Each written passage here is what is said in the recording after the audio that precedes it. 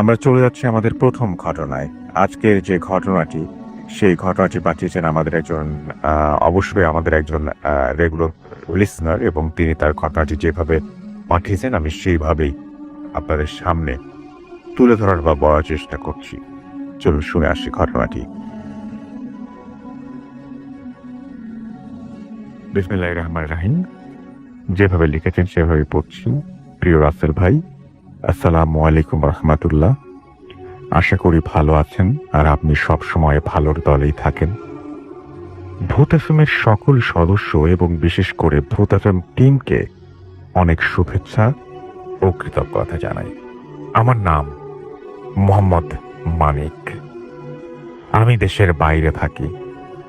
আমি একটা world wide money exchange কোম্পানিতে ফ্যাসিলিটি অ্যাসিস্ট্যান্ট হিসেবে কাজ করছি। আমার স্থায়ী ঠিকানা কুমিল্লা জেলার দাউদকান্দি উপজেলার কোনো একটি গ্রামের। ঘটনাটি যদি ভালো লাগে তবে অনুগ্রহ করে পড়ে শোনাবেন। ঘটনাটি একদম সত্য, বিশ্বাস করা না করাটা আপনাদের ব্যাপার। এই ঘটনাটি আমার বাবার সাথে ঘটে। আমার বাবা আমাদেরকে যেভাবে বলেছেন সেভাবে আমি তুলে ধরলাম। ঘটনাটি প্রায় 40 থেকে 42 বছর আগের ঘটনা। তখন আমার বয়স আনুমানিক 13 থেকে 14 বছর। আমাদের পরিবার, আমাদের পারিবারিক অবস্থা খুবই খারাপ ছিল। আমার বাবা সারাদিন রোজগার করে যা পেত তা দিয়ে আমাদের সংসার চলত। তখন ছিল বর্ষাকাল। আমার বাবা তখন নৌকা চালাতো। আমি সারাদিন বন্ধুদের সাথে আড্ডা, খেলাধুলা, মানুষের গাছ থেকে তাল কাটা ইত্যাদি করে বেড়াতাম। কোনো পড়াশোনা করতাম না, কেননা আমাদের সময় এত স্কুল ছিল না। একদিন ভোরবেলাতে বাবা খুব রাগারাগি করছেন মার সাথে। ঘুম থেকে উঠে শুনি বাবা আমাকে নিয়ে মার সাথে ঝগড়া করছেন কেন আমি কাজ করি না। বাবার রাগারাগি করে সকাল সকাল বাবা কোথায় যাওয়ার চলে গেল। মা আমাকে বলল বাবা নাকি আজকে খুব শরীরটা খারাপ, তাই আজকে কাজে যেতে পারবে না। মাও আমাকে খুব বকাবকি করলো। আমার খুব রাগ হলো। রাগের বশে আমি আমার বাবার নৌকাটা নিয়ে কাজে বেরিয়ে পড়লাম। আমাদের স্থানীয় একটি বাজারে নৌকার ঘাটে গিয়ে মানুষদের নিয়ে তাদের বাড়ি বাড়ি পারাপার করতে লাগলাম। বর্ষার মৌসুম, তাই চারিদিকে পানি আর পানি। সারাদিন রাগের বশে আমি না খেয়ে ভাড়া মারি, অনেক টাকাও পাই। দিনের তখন পরন্ত বিকেল। আমি তখন নৌকা ঘাটে বেঁধে বসে আছি। তখন একজন লোক আসে এবং আমার নৌকার কাছে চলে আসে। সে এসে আমাকে বলে ভাড়া যাবে। হাই প্রিয় লিসনার, কেমন আছেন? আশা করি ভালো আছেন। আজকের যে এপিসোডটি সেটি খুব ইন্টারেস্টিং, বিকজ বাছাইকৃত ঘটনাগুলো আমি এখানে শেয়ার করেছি। সবচেয়ে ভয়ানক ঘটনাগুলো হচ্ছে এগুলো, যেন আপনাদের শুনতে ভালো লাগে। তো আমরা বেশি কথা বলবো না, সেটা হচ্ছে আপনি চ্যানেলটি সাবস্ক্রাইব করে আপনার মতামত জানিয়ে দিতে কিন্তু ভুলবেন না, আর মাস্ট একটি লাইক করে দিবেন। তো চলুন আমরা মূল ঘটনায় ফিরে যাই। ধন্যবাদ। লোকের সাথে আরো দুজন লোক ছিল। আমি বলি কোথায়? সে আমাকে বলে বাজারের নাম এবং আমাদের এখান থেকে 10-12 মাইল দূরে। আমি বলি যাবো। ভাড়ার টাকা কত দিবেন তা মিটিয়ে তাকে নিয়ে আমি রওনা হলাম। গন্তব্য 2 থেকে 3 মাইল দূরে থাকতেই মাগরিবের আযান দিয়ে দেয়। যথারীতি তাদেরকে তাদের গন্তব্যে পৌঁছে দেই। তারা আমাকে টাকা দিয়ে নেমে যায়। আমার খুব ক্ষুধা পায়। নৌকা ঘাটে বেঁধে রাস্তার পাশে একটা দোকান থেকে কলা আর রুটি কিনে আমার নৌকা এসে শুয়ে থাকি। চারিদিকে হালকা অন্ধকার নেমে আসে। আকাশে চাঁদ ছিল। আমার একা একা বাড়িতে ফিরতে ভয় লাগছিল, তাই অপেক্ষা করতে থাকলাম আমাদের গ্রামের বা আশেপাশের এলাকার কাউকে যদি পাই, এলে ভাড়া কম হলেও তাকে নিয়ে চলে যাব। প্রায় 2 থেকে 2.5 ঘন্টা বসে আছি। আমাদের এলাকায় কোনো মানুষ নেই। ঘাট থেকে আস্তে আস্তে সব নৌকা চলে যায়। নৌকা ঘাটে এখন শুধু আমি একা। একটা সময় আমার ঘুম চলে আসে, চোখগুলো লেগে লেগে আসছে। এমন সময় একজন লোক এসে আমাকে ডাকে। আমি উঠে নৌকার ছাউনি থেকে বের হয়ে আসি। বলি, কোথায় যাবেন? লোকটা আমাদের পাশের গ্রামের কথা বলে। আমি আর ৭ পাঁচে না ভেবে বলি, যাব। কেননা সে যে জায়গার কথা বলছে সেখান থেকে বিলের মাঝখান দিয়ে আমাদের বাড়িতে আসতে ৩০ মিনিট লাগবে। আর আমি সেই রাস্তাটা চিনি। যাক, লোকটাকে নিয়ে আমি রওনা হলাম। লোকটার হাতে ঘড়ি থাকায় তাকে জিজ্ঞেস করলাম, কয়টা বাজে? সে বলে, ৯টা বেজে ১০ মিনিট। আকাশে চাঁদের আলো, সারা বিল দেখা যাচ্ছে। কতক্ষণ হয়েছে জানি না, আনুমানিক ২-২.৫ ঘন্টার মতো হবে। তাকে বাড়িতে নামিয়ে দেই।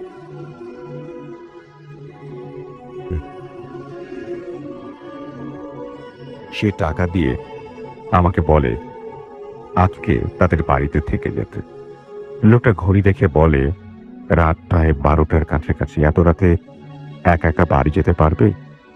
আমি থাকতে রাজি হইনি, কেননা বাড়িতে মা খুব চিন্তা করবেন। যাক, তাকে নামিয়ে আমি নৌকা নিয়ে বাড়ির দিকে রওনা দিই। তাদের গ্রাম থেকে আমাদের গ্রামে আসতে হলে প্রথমে একটা বিল পার হতে হয় এবং একটা খালের পথ হয়ে এসে তারপরে আমাদের গ্রামের ২টা বিল পার হলে আমাদের বাড়ি। আমি নৌকা নিয়ে বিলের ধারে, পরিষ্কার কোনো আগাছা না থাকায় বেয়ে চলি। এই ধারটা খালে গিয়ে নেমেছে, আর খালের ওই পারে একটা বড় কবরস্থান। আমি উত্তর থেকে দক্ষিণ দিকে যাচ্ছি। চাঁদের আলোয় সবকিছু দেখা যায়। হালকা হালকা বাতাস বইছে। আমার ভেতর থেকে ভয় দূর করার জন্য আমি আস্তে আস্তে গান গাচ্ছি আর নৌকা বেয়ে চলছি। কিছুটা দূর থেকেই আমি দেখতে পাচ্ছি খালের ওপর পারে কি যেন চলছে। আমি মনে মনে চিন্তা করলাম, হয়তো খরা জালে মাছ ধরার একজনের বড় জাল, সেই জালে হয়তো লোকেরা মাছ ধরছে। আমি আরো এগিয়ে আসলাম। এখন ভালো করে খেয়াল করে দেখলাম এটা কোনো খরা জাল নয়। সাদা সাদা কাপড় পরা, অনেক লম্বা লম্বা অনেকগুলো মানুষের মতো। আমার ভয় লাগতে শুরু করে। আমি নৌকাটা থামিয়ে দেই। হঠাৎ কোথা থেকে যেন অনেক জোরে বাতাস চালু হয়ে যায়। বাতাসে ধাক্কা মেরে আমার নৌকাটা খালের পাশে নিয়ে আসে। আমি অনেক চেষ্টা করছি থামিয়ে রাখার জন্য, কিন্তু পারছি না। ওই পারে কবরস্থানে তাকিয়ে দেখি, যা দেখে আমার সারা শরীর একদম শক্ত হয়ে যায়। আর মনে হচ্ছে এখনই বুঝি আমার মৃত্যু হবে। আমি দূর থেকে যেগুলো সাদা সাদা কাপড় পরা মানুষের মতো দেখেছি সেগুলো মানুষ না, তারা মানুষের চাইতেও অনেক বেশি লম্বা, আর তাদের হাতের নখগুলো অনেক বড়। শুধু মানুষের মতো সাদা কাপড় পরা, এগুলোর সাথে গরুর মতো দেখতে গায়ের লোম এবং কালো কুচকুচে মুখটা দেখতে অনেকটা হিংস্র প্রাণীর মতো। একটা কবর খুঁড়ছে তারা। আমার চোখে আমি বিশ্বাস করতে পারছি না। মনে হচ্ছে মৃত্যু আমার সামনে দাঁড়িয়ে আছে। আমি নৌকাটা বিলের পাড়ের দিকে নিয়ে যেতে চাচ্ছি, কিন্তু এত বাতাস কোথা থেকে আসলো বুঝতে পারছি না। কবরটা একদম খালের পাড়েই ছিল। আচমকা বড় বাতাস এসে আমার নৌকাটা ঠিক কবরের ছাদে গিয়ে ধাক্কা খায়। আমার জন্তুগুলো আমার দিকে তাকায়। তাদের হিংস্র চোখগুলো দেখে আমি আর সহ্য করতে পারি না। আমার নৌকাতে যে বৈঠা থাকে, এটা দিয়ে আমি নৌকা থেকে নেমে আল্লাহর নাম নিয়ে জন্তুগুলোকে পিটাতে শুরু করি।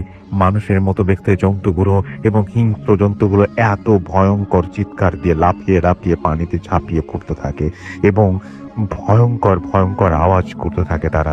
একসময় সবগুলো মানুষরূপী প্রাণীগুলো এবং হিংস্র জন্তুগুলো পানিতে মিশে যায়। আমি কবরটার দিকে তাকিয়ে দেখি লাশটা প্রায় কবর থেকে অর্ধেক তুলে ফেলেছে। কবরের পাশে কিছু মিষ্টির পাতিল পড়ে আছে, এগুলোতে মিষ্টিও আছে। আমার আর সাহস হয়নি লাশটাকে কবরের ভেতরে দেয়ার। আমি তাড়াতাড়ি নৌকা চালাতে থাকি। আমি নৌকা চাল নিয়ে দ্রুত সেখান থেকে চলে আসে। আমার মনে হচ্ছে নৌকার সাথে পানিতে কারো যেন চলছে। কবরস্থান থেকে ১০০ গজ তো তার একটু বেশি দূরে একটা খরা জাল দেখতে পেলাম। জালটাতে লোকও আছে, মাছ ধরছে। আমি ভয়ে ভয়ে ঠিক মতো নৌকা চালাতে পারছি না। ওদিক দিয়ে চলে যাচ্ছে। খরা জালের কাছে আসতেই লোকটা আমাকে ডাক দেয়। লোকটার বয়স ৪০ থেকে ৫০ বছর হবে। লোকটি বলে, বাড়ি কই মাঝির? আমি ভয়ে ভয়ে আমার গ্রামের নাম বলি। আমার বাড়ির নামও জিজ্ঞেস করে। আমি তাও বলি। আমাকে লোকটা তার কাছে যেতে বলে। আমি ভয়ে ভয়ে বলি, কেন কাকা? আমার তাড়াতাড়ি বাড়িতে যেতে হবে। আমি তো আপনার জালের কোনো ক্ষতি করিনি। লোকটি অনেক ধমকের সুরে বলে তার কাছে যেতে। আমি নৌকাটা ঘুরিয়ে জালের কাছে যাই। খরা জালের মধ্যে এক ধরনের টং থাকে, বিশ্রামের ছাউনি ঘর। লোকটা টং থেকে আমার নৌকায় এসে আমাকে পানিতে নামতে বলে। আমি বলি, কেন, কি হয়েছে? লোকটি অনেক বড় বড় চোখে আমাকে ধমক দিয়ে দেয়। আমি ভয়ে পানিতে নামি। লোকটা একটা হাত ধরে রেখেছে। আমি পানিতে ডুব দিলে কেমন যেন একটা চিৎকারের আওয়াজ কানে আসতে থাকে। মনে হচ্ছে অনেকগুলো জন্তু একসাথে চিৎকার করছে।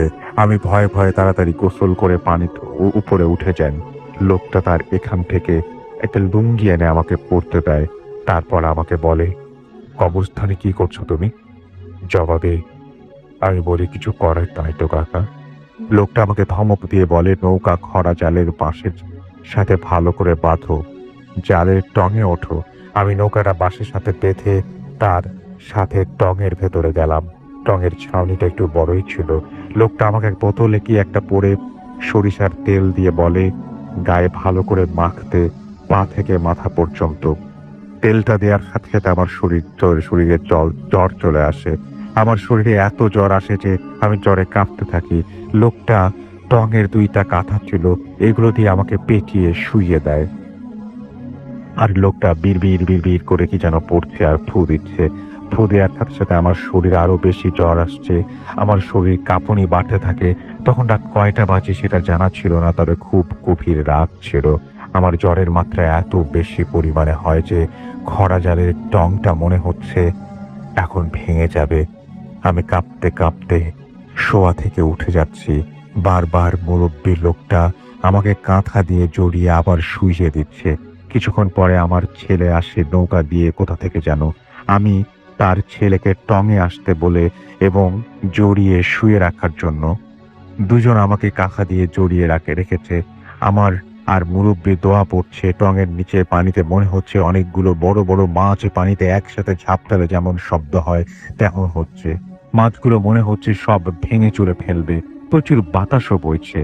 মুরব্বী লোকটা তার ছেলেকে বলে, পানি বা টঙের বাইরে যা কিছু হোক ওকে ছাড়বি না। মুরব্বী লোকটা আওয়াজ করে দোয়া পড়ে এবং সূরা পড়ে যাচ্ছে এবং আমাকে বারবার নাকে মুখে সরিষার তেল দিয়ে যাচ্ছে। আশেপাশে কোথাও কোনো বাড়িঘর ছিল না যেখানে আমাকে নিয়ে যাবে। আর পানিতে যে সব শব্দ আর তীব্র বাতাসে আর যা কিছু অঘটন ঘটবে তাই আর সাহস করেনি লোকটা। এভাবেই সারা রাত মুরব্বী আর তার ছোট ছেলেকে আমার সাথে ধস্তাধস্তি হয়। যখন ফজরের আজান আমার কানে চলে আসে তখন আচমকাই আমার শরীর থেকে জ্বর চলে যায়, বাতাসও থেমে যায়, পানিতে যে শব্দ হচ্ছিল তাও থেমে যায়। এক কথায় চারিদিক একদম শান্ত। মুরব্বী তার ছেলেকে বাড়িতে যেতে বলে খাবার নিয়ে আসতে। ছেলেটি বাড়িতে চলে যায়। আমার সারা শরীরে তেলে ভেজা ছিল, তাই মুরব্বী আমাকে পানিতে নেমে গোসল করতে বলে। আমি গোসল করি এবং মুরব্বীর সাথে ফজরের নামাজ পড়ি। তারপর লোকটা আমাকে রাতের ঘটনার কথা বলে। আমাকে বলে, তোমার সাহস কত, তুমি এগুলোকে মারছো? আমি এখানে ১৫ বছর ধরে খরা জাল দিয়ে মাছ ধরি। এই কবরস্থানে কত কিছু আসে, দল বেঁধে বেঁধে আসে, এরা কত কিছু খায়। তুমি কি দেখেছো? আমি প্রতিদিন এর চাইতেও অনেক বেশি দেখি। তারা আমার জালের কাছে আসে, আমার ডোলা থেকে মাছও নিয়ে যায়। আমি কিছু বলি না। তুমি যেটা দেখেছো গতকালকে সকলে এই সকালে এই লাশটা কবর দিয়েছে, তারা আসছে ওই লাশটা খেতে। তারা যখন আসছে আমি তখন প্রথমেই দেখেছি, কিন্তু আমি কিছু বলি না। আর তোমার সাহস কত মিয়া, তুমি এগুলোকে মারছো? তোমাকে যদি আমি ছেড়ে দিতাম তাহলে তুমি সামনের বিলটাতে গেলেই তোমাকে শেষ করে ফেলতো। পানিতে আওয়াজ শুনোনি তাদের? তোমার কপাল ভালো, বাবা মার দোহায় বেঁচে গেছো। আর আমি তোমার বাবা মাকে চিনি। তোমার বাবা প্রায় এখানে ভাড়া মারতে আসে। জীবনে আর কখনো এইসব জিনিসের উপরে হাত তুলবা না। কথা বলতে বলতে তখন অনেক পরিষ্কার হয়ে গেছে আকাশটা। ছেলেটা এতক্ষণে খাবার নিয়ে চলে আসে। মুরব্বী আমাকে খাবার খেতে বলে, আমি খাবারগুলো খাই। খাবার শেষ করে আমি মুরব্বী তার ছেলেকে অনেক ধন্যবাদ জানাই। আসার সময় মুরব্বী আমাকে একটা কালো সুতো পরিয়ে দিয়ে ফু দিয়ে আমার ডান হাতে বেঁধে দেয়। আমি বাসায় চলে আসি, মাকে সব ঘটনা বলি। মা আমাকে হুজুরের কাছে নিয়ে ঝাড়ফুঁক করায়। পরে আমার আর কিছু হয় না। এই ছিল আমার ঘটনা। ভালো লাগলে পড়ে শোনাবেন। বর্তমানে আমার বাবার শারীরিক অবস্থা ভালো না। সকলের কাছে দোয়া চাই যাতে আল্লাহ আমার বাবাকে সুস্থতা দান করেন। কাজের ব্যস্ততার কারণে লেখার সময় পাই না, তবুও লিখে ফেললাম। যদি কোনো ভুল হয় ক্ষমার দৃষ্টিতে দেখবেন। আমার কাছে আরো অনেক ঘটনা আছে আমার বাবার সাথে ঘটে যাওয়া, সময় করে লিখে পাঠাবো। আর যদি দেশে যাই তবে অবশ্যই স্টুডিওতে গিয়ে আমি ঘটনা শেয়ার করব। ভালো থাকবেন। তারপরে তিনি তার ঠিকানা দিয়েছেন। বর্তমানে তিনি আছেন বাহরাইনে এবং তার ঘটনাটি আমি আপনাদের পড়ে শোনালাম। আমি যেটা এখন করব সেটা হচ্ছে আমাদের প্রথম অতিথির কাছে চলে যাব, তার কাছে একটা ঘটনা শুনে আসবো। আপনার নামটা আপনি প্লিজ একটু আমাদেরকে বলবেন এবং তারপরে আপনার ঘটনায় যাব আমরা। আসসালামু আলাইকুম। আমি মোহাম্মদ মোস্তাফিজুর রহমান রোমেল, এসেছি পুরান ঢাকা লালবাগ থেকে। ওকে, আমার সাথে ঘটে যাওয়া বেশ কিছু ঘটনা আছে, সেখান থেকে আমি একটি ঘটনা আপনাদের সাথে শেয়ার করবো আজকে। জি, সেটা হচ্ছে আমার সামনেই ঘটে যাওয়া ঘটনাটি। আমি সরাসরি চলে যাচ্ছি আমার ঘটনায়। জি। ঘটনাটি ঘটে আমার মামির সাথে। সেখানেই আমি ছিলাম উপস্থিত। সেই ঘটনাটাই আমি আজকে আপনাদের সাথে শেয়ার করছি। স্বাভাবিকভাবেই কর্মদিবস ছিল সেদিন। আমি অফিস থেকে বাসায় ফিরি। আমার বাসা থেকে মামার বাসা কাছেই, একটা রাস্তার দূরত্ব। অফিস থেকে আসার পর মা বললো, তোর মামা ফোন করেছিল, ওনাকে একটু কল দিও, জরুরি কিছু বিষয় মনে হয়, একটু কল দিতে বলেছে জরুরি ভাবে। তো আমি ফোন দিলাম মামাকে, আপনার দিয়েই। মা বললো, তুই একটু তাড়াতাড়ি পারলে এখনই চলে আয়, তোর সাথে একটু কাজ আছে। তো আমি চলে গেলাম, সাথে সাথে মাকে বলে গেলাম আমি মামার ওখানে যাচ্ছি, এটুকু বলে আমি বের হয়ে গেলাম। মামা উপরে গিয়ে মামার সাথে দেখা করলাম। মামা আমাকে তার ড্রয়িং রুমে নিয়ে গেলেন। স্বাভাবিকভাবে একটু বললাম যে তোর মামির সাথে কিছুদিন যাবত একটু কেমন যেন আচরণ করছে, তো একটু তোর কিছু দরকার। আমি বললাম, কি ঘটনা মামা, আমাকে একটু বুঝিয়ে বলেন, তাহলে আমি দেখি আপনার কোনো হেল্প বা কোনো কিছু করতে পারি কিনা। তো বললো, তোর মামি কিছুদিন যাবত দেখছি কেমন যেন আচরণ করছেন, হঠাৎ করে রেগে যায়, কথা ঠিক মতো বলে না, চোখগুলো কেমন যেন হয়, আর স্বাভাবিক খাবার খেতে অন্যরকম কিছু খেতে চায়, যেগুলো মানুষ খাওয়ার যোগ্য না, এরকম কিছু। আমি বললাম, কেমন? বললো যে এমন তো কিছু না, তেমন তো কিছু দেখিনি, তবে কয়লা খেতে চায় বারবার। কয়লা? জি, কয়লা খেতে চায়। আমি বললাম, এটা কেমন? বললাম, তুই তোর একটু দরকার, এই কারণে আমি একজনকে ডাক দিয়েছি, উনি আসতে, আমাকে আনতে গিয়েছে। আমাকে আনতে গিয়েছে, একটু অপেক্ষা কর, উনি চলে আসবে। চলে আসলে ওনার সাথে আমি থাকবো, তুই যা শুধু আমার সাথে একটু সঙ্গ দিস, এই আরটুকু। আমি একটু ভয় পাচ্ছি তো বিষয়টুকু। ঠিক আছে মামা, সমস্যা নেই, আসো। তো এর মাঝে আমি মামির রুমে গেলাম। মামিকে দেখি যে না, উনি স্বাভাবিকই আছেন। আরো বেশ কিছু গেস্ট এসে পড়ছেন ওনাকে দেখার জন্য। আমি বললাম মামা মামি তো দেখি যে ঠিকই আছেন। বললো ঠিক আছে, ঠিক আছে, এখন ঠিক আছে, কিন্তু একটু পর দেখি চেঞ্জ হয়ে গেছে। এমন কেমন? বললো তুই সামনে একটু কয়লাইনে ধর, দেখ চেঞ্জ হয়ে যাবে। আমি বললাম না তাহলে থাক, যাকে ডাক দিয়েছেন উনি আসুক, ওনার সাথেই না হয় আমি দেখবো না বাকিটুকু। হুম তো কিছুক্ষণের মধ্যে তান্ত্রিক টাইপের একজন লোক আসতেন।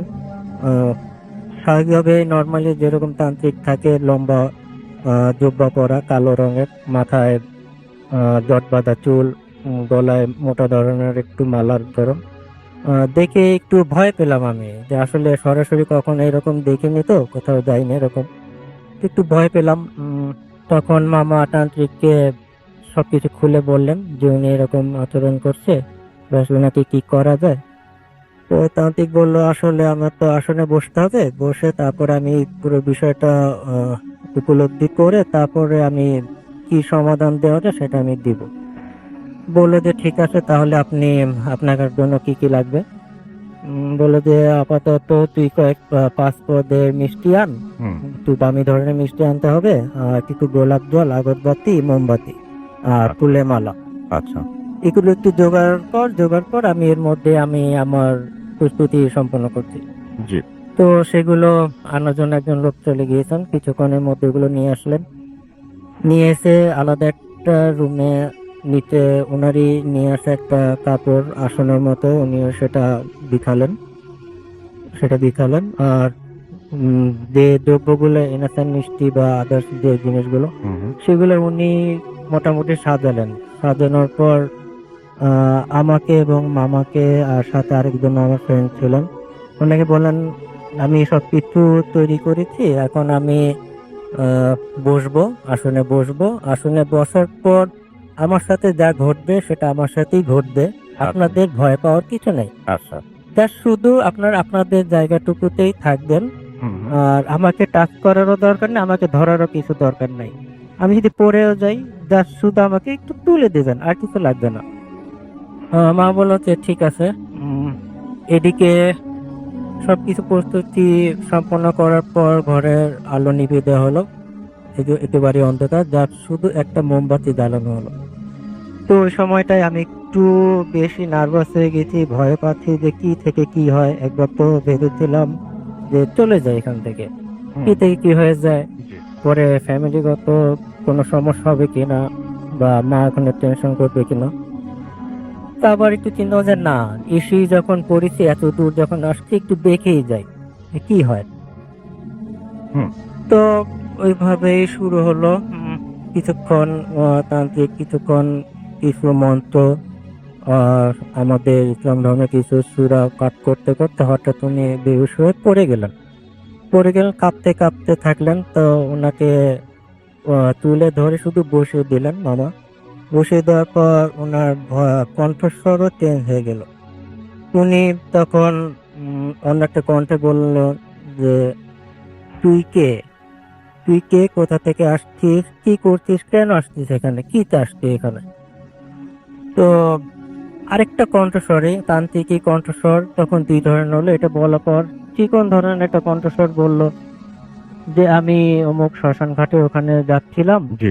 সন্ধ্যার আজানের সময় ওখানে যাচ্ছিলাম, ওনাকে দেখলাম জানালার পাশে চুল শুকাচ্ছিল। জি। তো আমাকে ওই ইয়েটা দেখে ওনাকে আমার পছন্দ হলো, তাই ওনার উপর আমি ভর করেছি। তো আমি ওনাকে আপাতত ছাড়ছি না, আমি ওর সাথেই থাকবো। তো তান্ত্রিক বলে যে না, তুই তোর সাথে থাকতে পারবি না, ওকে তো ছেড়ে দিতে হবে। জি।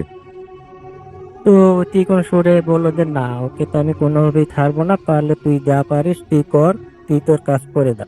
হুম হুম, তো বললো ঠিক আছে, তোকে আমি ভালোভাবেই বললাম, তুই তো যাবি না, ঠিক আছে। ওদিকে তান্ত্রিক আসনে বসার আগে বলে গিয়েছিলেন যে মামিকে যেন শক্তভাবে ধরে রাখা হয়, কোনোভাবে যেন ওনার হাত পা ছেড়ে দেওয়া না হয়। ছেড়ে দিলে হয়তো এই রুমে যে আসন বাঁধা হয়েছে সেখানে এসে করলে সবকিছু উলটপালট হয়ে যাবে। আর হাতের কেনি আঙ্গুলটা খুব জোরে চাপ দিয়ে ধরে রাখতে বলছিল, ওটা ধরলে নাকি আহ শক্তিটা কমে যায় তাদের।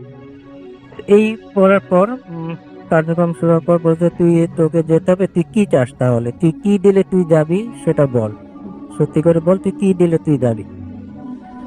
তো বললে অনেক চিন্তা ভাবনা করার পর চিকন সুরে আবারও তান্ত্রিকের গলা থেকে আওয়াজ আসলো, কণ্ঠস্বর ভেসে আসলো যে তাহলে আমি যাব, আমাকে কিছু দিতে হবে। সেটার মধ্যে হচ্ছে 2টা বড় ধরনের খাসি দিতে হবে, কিছু মিষ্টি দিতে হবে, আর কিছু জিনিসের নাম বললো, সেটা আমার এই মুহূর্তে ঠিক মনে আসছে না। জি। বলে এগুলা দিলে আমি ওকে হয়তো ছেড়ে চলে যাব। তখন মা বললো আমি তো এগুলা দিতে পারবো না, আমার তো এত অর্থ করি নেই, তোকে 2টা খাসি দিব, তুই অন্য কোনো কিছুতে যাবি কিনা সেটা বল। আচ্ছা, তারপর কি হলো আমাকে একটু বলে ফেলেন। জি। তারপরে বলে ঠিক আছে, এরকম বাক বিতন্ড করার পর উনি বললেন যে ঠিক আছে, তাহলে এত কিছু যখন দিতে পারবো না, তাহলে তুই আমাকে 2টা খাসি মোরগ দিবি আর কিছু পদের মিষ্টি দিবি, এগুলো নিয়ে শ্মশান ঘাটে, আমি একটা জায়গার নাম বলবো, শ্মশান ঘাটে, সেখানে রেখে আসতে হবে মাঝরাতে। জি। তো বলে ঠিক আছে, মামা বললো ঠিক আছে, আমি রেখে যাব, তুই যাবি, চলে যা। তখন তান্ত্রিক বললেন যে তুই চলে যাবি, যে তুই চলে যা, তুই চলে যাওয়ার সময় কি দেখিয়ে যাবি, আমি বুঝবো কিভাবে যে তুই যে চলে গেলি। বলে তখন বললো যে চলে যাওয়ার সময় আমি একটা জিনিস ফেলে যাব। তো বললো যে ঠিক আছে, তাহলে তুই যা, তোকে আমি কালকে এগুলো সব তোর জায়গা মতো আমি পৌঁছে দিব। তো এই ঘর থেকে আওয়াজ আসলো, অর্থাৎ চিৎকারের আওয়াজ আসলো। এর মধ্যে তান্ত্রিক আবার শুয়ে পড়লেন, বেহুশ হয়ে পড়লেন। তখন স্বাভাবিকভাবে কিছুক্ষণ পর উঠে বসলেন। উঠে বসার পর তো দিয়ে ওই ঘরে গিয়ে দেখ সবকিছু মনে হয় স্বাভাবিক হয়ে গেছে। তো মামা ওই রুমে গেলেন, ওই রুমে গিয়ে দেখলেন যে হ্যাঁ, সবকিছু মামি স্বাভাবিকভাবেই আছে, শুয়ে পড়েছে স্বাভাবিকভাবে, এবং যাওয়ার সময় একটি জুতা নাকি কামড় দিয়ে রেখে গিয়েছে বাইরে ফেলে। তো কে ফেলে রেখেছে সেটার দিকে আর কেউ নজর দেয়নি। হুম। এই ছিল আর কি। তো তান্ত্রিক সবকিছু ঠিক হয়ে যাওয়ার পর আমি চিন্তা করছিলাম যে এটা তো সাজানো হইতে পারে। আমি তখন একটু অবিশ্বাসই করলাম যে এটা কেমনে কি হলো। তখন স্বাভাবিক হওয়ার পর তান্ত্রিক আমাকে দিকে তাকালেন, তাকিয়ে বললেন তুই দিকে আয়, তোর কোমরে কি? আমি বললাম আমার কোমরে কি, সেটা তো আমার মা দিয়েছে, আমি ওখানে রাখি আর কি, কোমরেই থাকে সবসময়। কই তোর কোমরে যেটা আছে সেটা তো তোর মামিকেই দিতে পার, তোর মামিকে দিলে তো আজকে এই ঘটনা ঘটে না। এবং ওটা এটা মামাকে তার বলতে হবে। যাওয়ার কথা না, রাইট? জি, এটা আমি সেখানে আমি অবাক হয়েছি যে আমার কোমরে কি আছে সেটা তো ওনার জানার কথা না। আর ওনার সাথে আমার দেখাই হয়েছে সেই দিন প্রথম, এর আগে কোথাও দেখা হয়নি, এর আগে কোনো কথাবার্তাও হয়নি। তো মোটামুটি এইটুক করার পর তান্ত্রিক বললো যে তাহলে ওইগুলো সবকিছু অ্যারেঞ্জ করেন, অ্যারেঞ্জ করলে আমি সেটা শ্মশানের যেখানে রাখতে বলেছে আমি সেটা রেখে আসবো আমার লোক দিয়ে। আপনারা তো সেখানে যেতে পারবেন না, ভয় পাবেন, আমাকে দিয়ে দেন, আমার সেখানে রেখে আসবো। এরপর উনি 4টা তাবিজের মতো দিলেন, বন্ধ 4টা তার কোনার ঘরে তার কোনায় দিয়ে দিতে, তাহলে আপাতত ঘরটা বন্ধ থাকে, মামির আর কোনো সমস্যা হবে না। মোটামুটি এই ছিল আমার দেখা ঘটনাটি, অনেক যেটা ধন্যবাদ আপনাদের সাথে আপনাকে। শেয়ার করলাম। অনেক ধন্যবাদ আপনাকে। তো আমি এখন যেটা করব সেটা হচ্ছে সরাসরি চলে যাবো হাফেজ মাইনুদ্দিন ভাইয়ের কাছে। রিসেন্টলি তার সাথে একটা ঘটনা তিনি এক্সপেরিয়েন্স করেছেন, যেটা তিনি আমাদের সাথে শেয়ার করবেন। চলুন শুনে আসি তার কাছ থেকে। মাইনুদ্দিন ভাই কেমন আছেন? আসসালামু আলাইকুম। ওয়ালাইকুম আসসালাম। আলহামদুলিল্লাহ ভালো আছি। আমি আজকে যে ঘটনাটা শেয়ার করতে যাচ্ছি সেটা অল্প কদিনেরই। তা মাদ্রাসার মেয়ে, ও উদ্দীপা একটা বই থেকে জিন কিভাবে হাজির করতে হয় সেই আমলটা সে করত। সে যখন বইটাতে দেখতে জিন হাজির করার আমলটা, তখন তো ওর ভিতরে একটা আগ্রহ জন্মে যে জিন হাজির করবে। তো প্রায় 1 মাস 1.5 মাস ওই আমলটা করেছিল, কিন্তু তার কোনো অনুভূতি আসে নেই, সে ব্যর্থ হয়েছিল, সে কিছুই দেখতে পারেনি, সে ভুলেও গেছে। তো বিশেষ ঘটনা হয় 6-7 মাস পর, যা এখন বর্তমানে ওর অবস্থা। তো 6-7 মাস পর তার সাথে এই ঘটনা ঘটেছে। অল্প কয়েকদিন আগে তাকে রাত্রিবেলায় তার কাছে আসে এবং এসে তার নাম ধরে ডাকে, বলে যে তুমি যে আমাকে স্মরণ করতেছিলে, তুমি যে আমাকে ডাকতেছিলে, আমি আসছি, কিন্তু আমার সাথে দেখা করতে হলে, আমাকে হাজির করতে হলে, তোমাকে হাজি সাহেব, হাজি ব্যক্তিরা যেভাবে এহরাম বাঁধে, তোমার গায়ে এভাবে এহরাম বাঁধতে হবে, চোখে সুরমা পড়তে হবে, খুশবু লাগাতে হবে এবং কাঁচা ফুলের মালা দিয়ে ঘরটাকে সাজাতে হবে। তারপরে আমি তোমার সাথে দেখা এবং হাজির নাজির কাছে থাকবো। তো এইগুলো যখন প্রায় ওকে দেখাতো, ওর বাবা মাকে সেইগুলো বলতো, ভয় পেত, কিন্তু সেইগুলো কখনো করেনি, হেরাম বাদে নাই, কোনো কিছুই সে করে না। কেন এগুলো করবে না? এতটা ওর জন্য কঠিন ছিল এগুলো করা, তাই এই জন্য সে করেনি। তো বেশ কয়েকদিন বলার পর সে যখন দেখে এগুলো করে না, তখন এখন এই সেই দিনটা তাকে আঘাত করে। সে মাঝে সাঝে প্রায় দেখে যে যখন ও ঘুমাতে যায়, তার বালিশ থেকে হাত বের করে ওকে আঁচড় দেয়, দুপাশ থেকে দুটো হাত বের করে এবং তাকে খুব আঁচড় দিতে থাকে, মারতে থাকে, আঘাত করতে থাকে।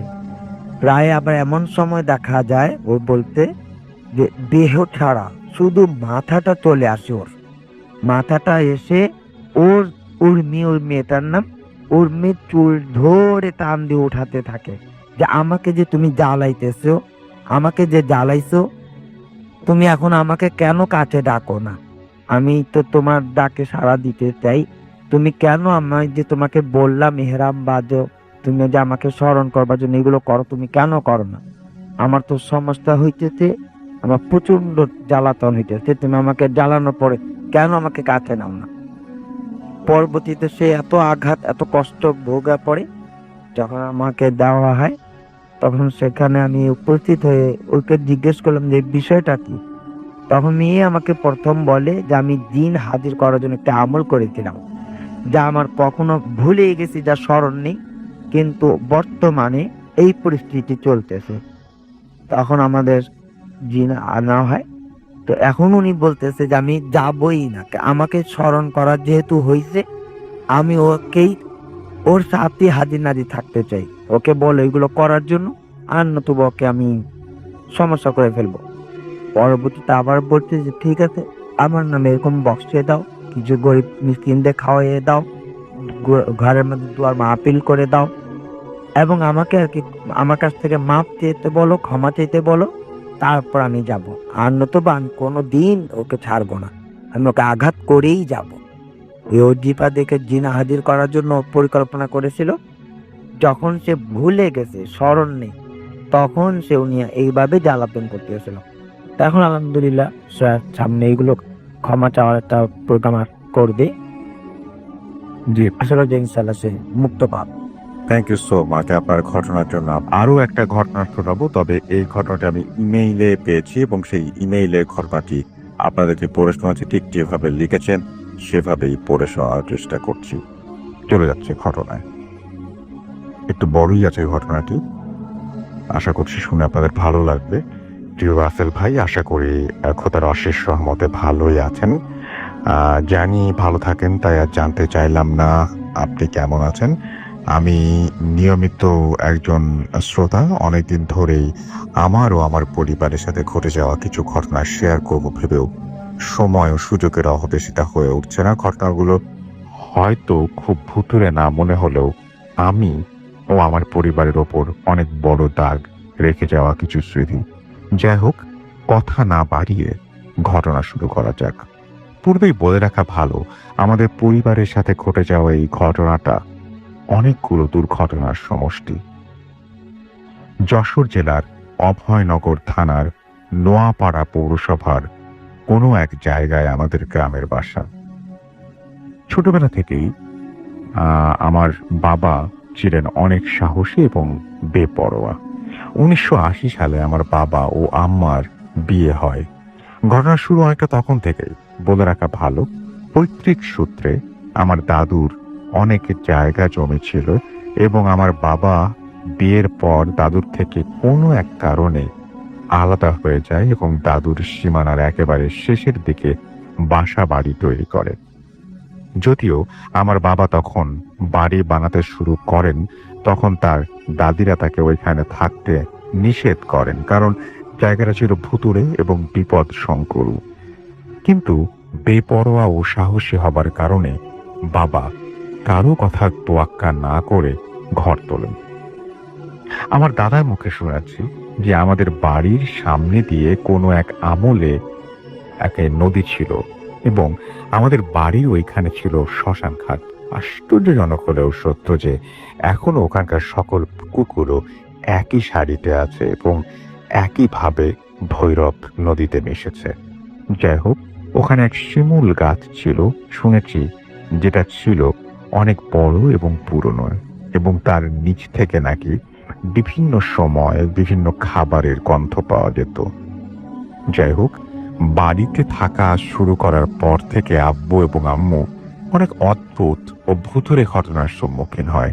যেমন কখনো রাতে বাইরে বেরোলে দেখতে পেত বিশাল সাইজের কালো গরু অনেক বড় উঁচু উঁচু গাছের মগডাল ভেঙে পাতা খাচ্ছে, কখনো বা ছায়ামূর্তি। রান্নাঘরে মাছ ভাজির সময় জানালা দিয়ে কেউ হয়তো বা যাচ্ছে, ইত্যাদি। ঘটনাগুলো অদ্ভুত শোনা গেলেও এটাই সত্যি। এবার প্রকৃত ঘটনায় আসি। পূর্বে উল্লেখ করেছি শিমুল গাছটি আমাদের অনেক ক্ষতি করত, যেমন ওটার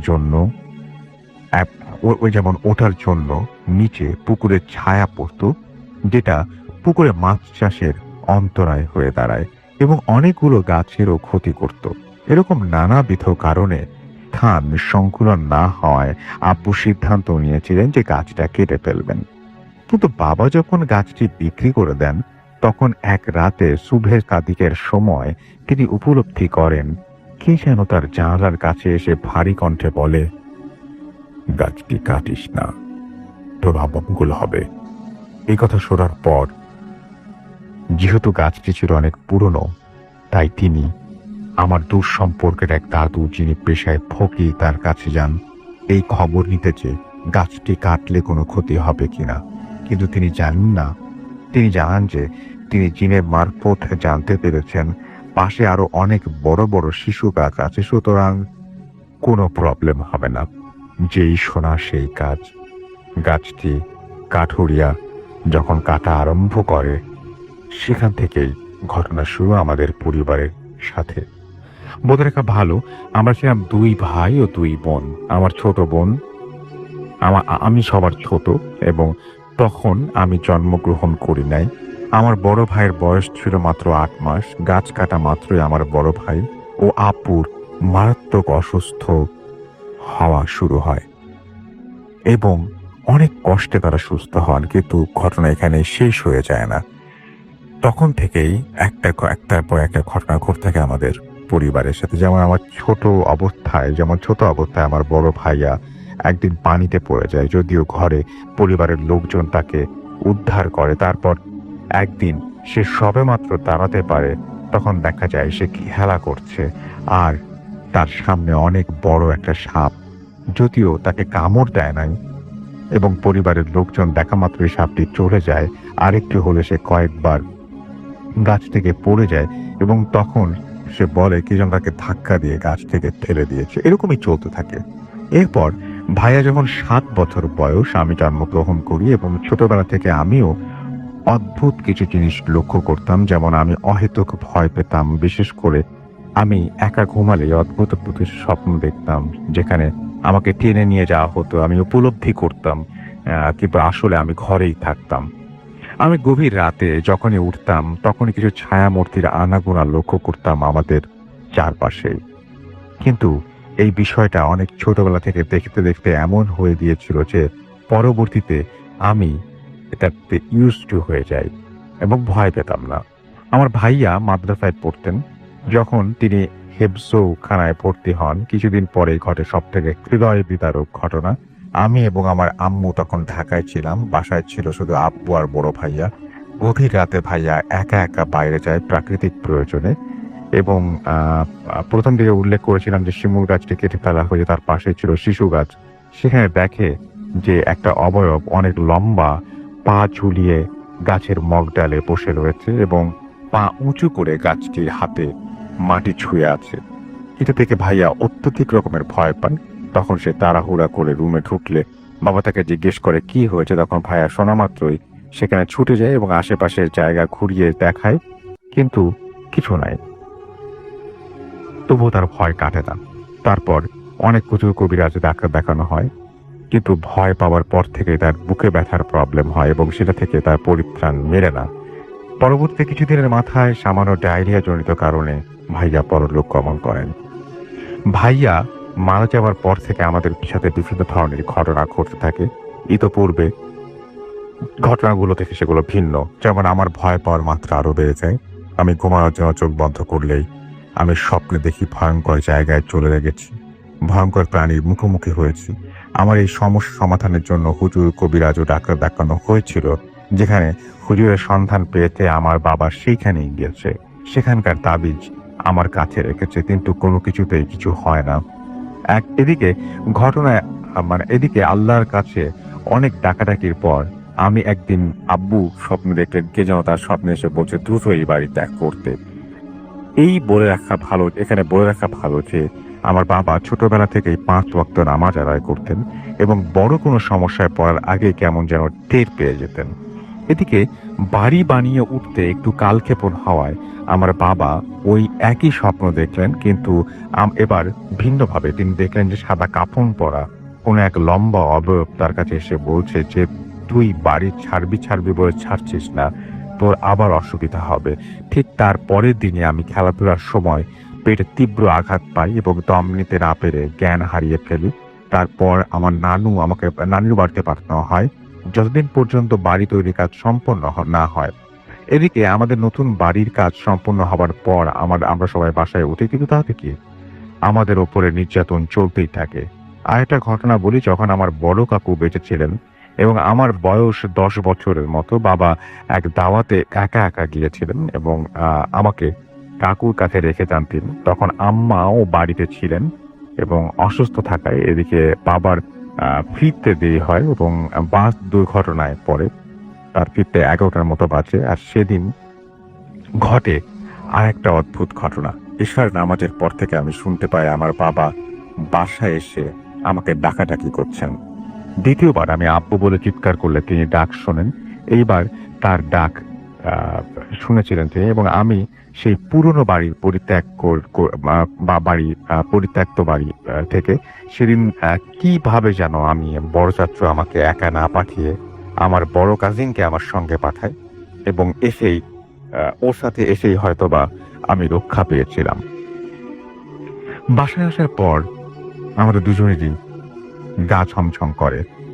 তৃতীয়বারের মতো আব্বু বলে ডাকলে এর কোনো রেসপন্স পাই না। আমাদের এই অবস্থা শুনে আমার বড় চাচু আমাকে তার কাছে নিয়ে যায়, কারণ তা আমাদের বাসা এবং বড় চাচুর বাসাটা পাশাপাশি। পরে 11টার দিকে আব্বু আসলে সব কথা খুলে বলে এবং যেটা হয় সেটা হচ্ছে যে ইতোপূর্বে আমার স্বপ্ন দেখেন যে 2 কলসি টাকা দিতে চায় আমার বাবাকে, তিনি সে নেননি এবং এক গ্রামে এমন অনেকেই স্বপ্ন দেখেছে এবং তাদের অনেকে নিতে চেয়েছে আর তার 2 সন্তান মারা গিয়েছে। যাই হোক, টাকা নিতে অস্বীকৃতি জানালেও বাবাকে ওই জিনিসটা আমাদের পুরনো বাড়ির একটা রুম ভাঙতে নিষেধ করে এবং সেই রুমটি এখনো আছে। আমার বাবা দেখে 2 কলসি টাকা ওখানে ওই বাড়িটার নিচেই মুভ করছে। তো ছোটবেলা থেকেই আমি পড়তে পারতাম না। নতুন বাড়ি আসলেও যখনই জানালা দিয়ে ওইদিকে চোখ যেত, দেখতাম গভীর রাতে আগুন জ্বলছে বা কখনো কখনো কে যেন গলার মধ্যে ফাঁসি নিয়ে ঝুলে আছে। আমাদের বাড়িটার দূরত্ব এবং পুরনো বাড়িটা থেকে বেশি নয়, বড়জোর 80-100 মিটার হবে।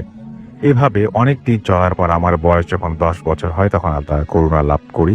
আমাদের নোয়াপাড়াতে একজন বড় পীর ছিলেন, যিনি তাকে সেই সমস্যার সমাধান করেন। তো এইভাবেই তিনি ঘটনাটি লিখেছেন।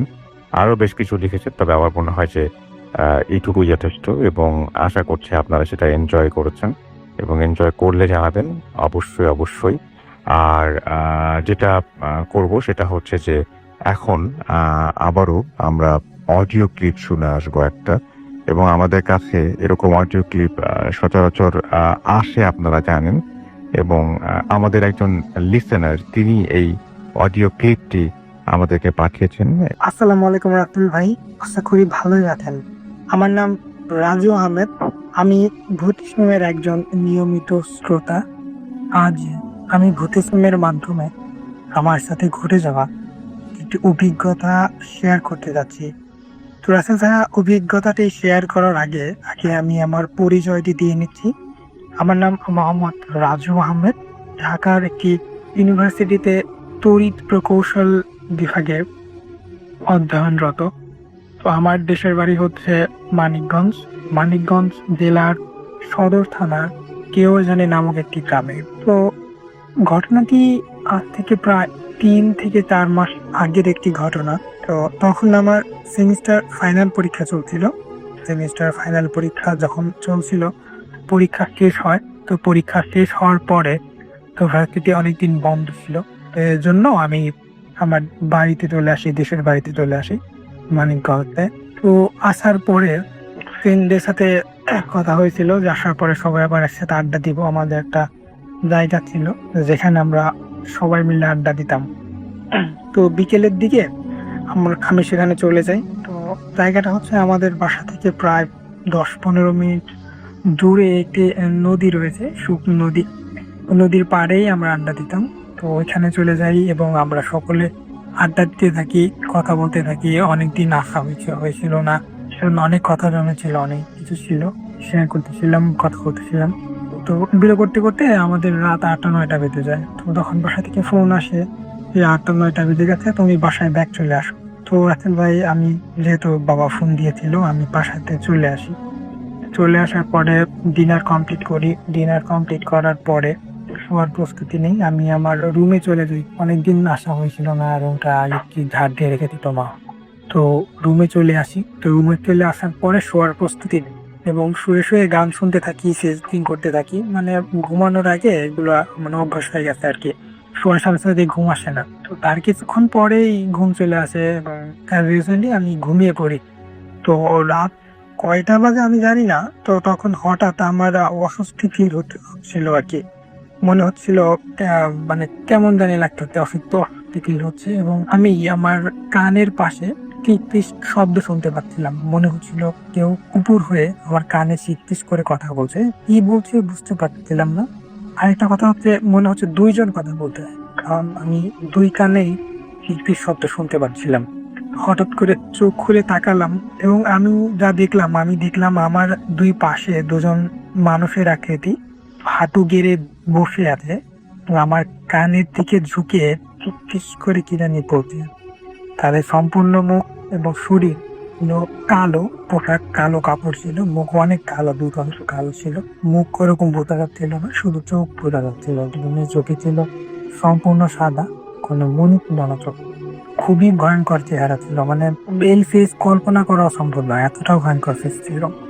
তো তারপরে আমি এটা দেখার পরে আমি বুঝতে পারছিলাম যে আমার সাথে হয়তো খারাপ কিছু হতে চলেছে। তা আমি আমার চোখ বন্ধ করে ফেলি এবং আমার শরীর শেকিং হতেছিল, কাঁপতেছিল, দোয়া পড়তেছিলাম।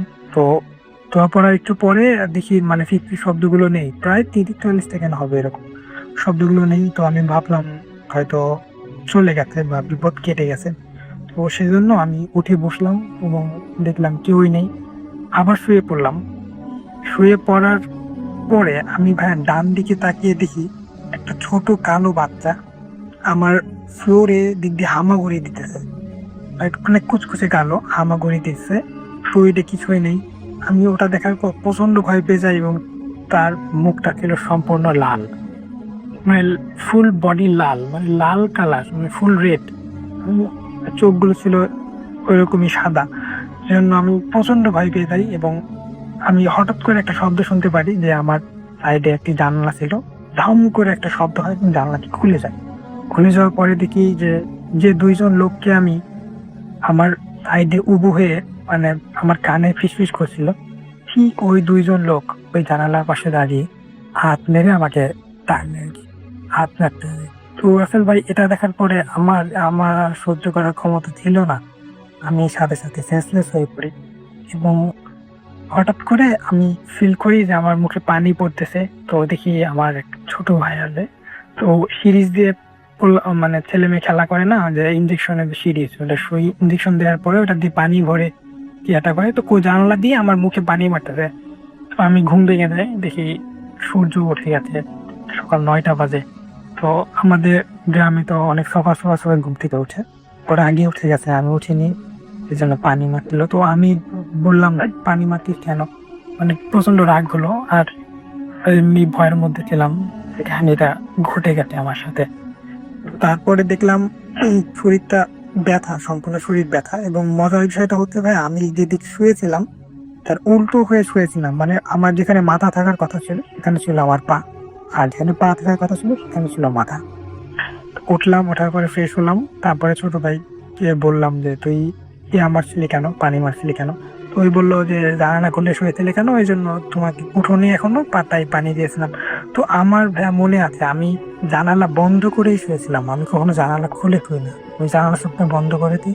তখনই আমি ভাবলাম যে ওই ঘটনাটা আমার সাথে সত্যি ঘটেছিল, এটা কোনো স্বপ্ন ছিল না। সেজন্য এটা আমি আমার এক ফ্রেন্ড শেয়ার করি যে এরকম এরকম হয়েছে। ও আবার এগুলো সম্বন্ধে একটু ভালো জানতো। তো ও আমাকে বললো যে হয়তো তোর বাসায় অনেকদিন থাকিস না, তোর রুমটা অনেকদিন ধরে বন্ধ ছিল, তো কোনো খারাপ দিনে না থাকতো, তো যে তুই ঘুমিয়েছিলি হয়তো তাদের ডিস্টার্ব হয়েছিল, এই জন্য তোর সাথে ওরা একটু ভয় দেখানোর চেষ্টা করছে। মানে মানে ঘরটা বন্ধ দেওয়া হয়, সবকিছু পরিষ্কার টরিষ্কার করে ইয়া করা হয়। তো এরপরে ভাইয়া আর কোনো ইয়া হয়নি, আর 2-3 দিন ছিলাম আমি, আর বাসায় এগুলো শেয়ার করিনি ভাইয়া। এখন তাহলে হয়তো অনেক চিন্তা করতে পারে বাসা থেকে, আর আমি খুবই ভয় পেয়ে গেছিলাম জন্য, মানে বড় কিছু যদি হয়ে যায় বাসায় শেয়ার করলে, হয়ে গেছে এটা বাসায় শেয়ার করলাম, তারপরে কোনো ঝামেলা হয়ে গেল, সে পরে দেখা গেল ঢাকায় পাঠিয়ে দিল, আমি বাড়িতে থাকতে পারলাম না, এই জন্য শেয়ার করিনি। পরে কোনো প্রবলেম হয়নি ভাইয়া, 3-4 মাস পার হয়ে গেছে, এখন কোনো প্রবলেম হয়নি, আল্লাহর রহমতে ভালোই আছে। এটাই ছিল আমার সাথে ঘটে যায় কি অভিজ্ঞতা। আমি চাই না এরকম অভিজ্ঞতা আরো কারোর সাথে ঘটুক, কারণ এটি কতটা ভয়ঙ্কর যে যার সাথে ঘটে সেই শুধু ঘটে, আর এটা বর্ণনা দিয়ে এটা 10% বোঝানো কাউকে সম্ভব না। তো ভাই ভালো থাকবেন, ভূত এবং সবসময় থাকুক, এটাই চাই। আর ধন্যবাদ আমার কথা শেয়ার করেন। চলে যাবো আমাদের নতুন অতিথির কাছে। আপনার নামটা প্লিজ একটু বলবেন, আপনি কোথা থেকে এসেছেন সেটা বলবেন, তারপর আপনার ঘটনায় যাব। আসসালামু আলাইকুম রাকুল ভাই, আমার নাম রাইতুল ইসলাম, আমি এসছি লালবাগ থেকে। ফার্স্ট অফ অল আমাকে ইনভাইট করার জন্য আপনাকে অনেক ধন্যবাদ। Most welcome. জি, আজকে আমি যে ঘটনাটা আপনাদের সাথে শেয়ার করব, এটি আমার গ্রামেরই একটা ঘটনা এবং আমার নিকটস্থ এক কাজিনের সাথে এই ঘটনাটা আসলে ঘটে। তো আমার গ্রামের বাড়ি হচ্ছে, এটা পটুয়াখালী জেলার রাঙাবালী উপজেলার ফুলখালী গ্রাম। জি। তো ঘটনার সুবিধাটা আমি এটা বলে রাখি রাসেল ভাই, যে আমাদের উপজেলায়, পুরো রাঙাবালী উপজেলায় এখনো পর্যন্ত আপনার কারেন্ট পৌঁছায়নি, এটা সৌর বিদ্যুতে চলে। তো এটা আসলে সাধারণত রাতে এমনিতেই অনেক অন্ধকার থাকে। জি। তো সরাসরি আমি ঘটনায় চলে যাচ্ছি। তো ঘটনাটা যেদিন ঘটে সেদিন ছিল একটা স্পেশাল দিন। স্পেশাল দিনটা হচ্ছে যেমন, এটা ছিল একটা অমাবস্যার দিন। জি। অমাবস্যা হচ্ছে, এটাকে বলে আমাদের এলাকা প্রচলিত বলে যে মণি অমাবস্যা, মানে মণি অমাবস্যা। মণি অমাবস্যার বিশেষত্বটা একটু বলবেন? এটার বিশেষ, যেমন আমি জানি না এটা জি, সম্পর্কে। এটা হয়তো অনেকেই এটার সাথে পরিচিত নয়, কারণ এটার বিশেষণ হচ্ছে যে আপনার সবগুলো অমাবস্যার ভিতরে এটা সবচেয়ে বেস্ট। যারা আপনার ওঝা কিংবা যারা জিন হাজির করে জি। অথবা যারা বিভিন্ন ধরনের রিচুয়াল করে, তাদের জন্য এটা স্পেশাল। তাদের জন্য এটা স্পেশাল, কারণ এই দিনে হয়তো এই এন্টিটি গুলো বেশি ঘুরে বেড়ায়।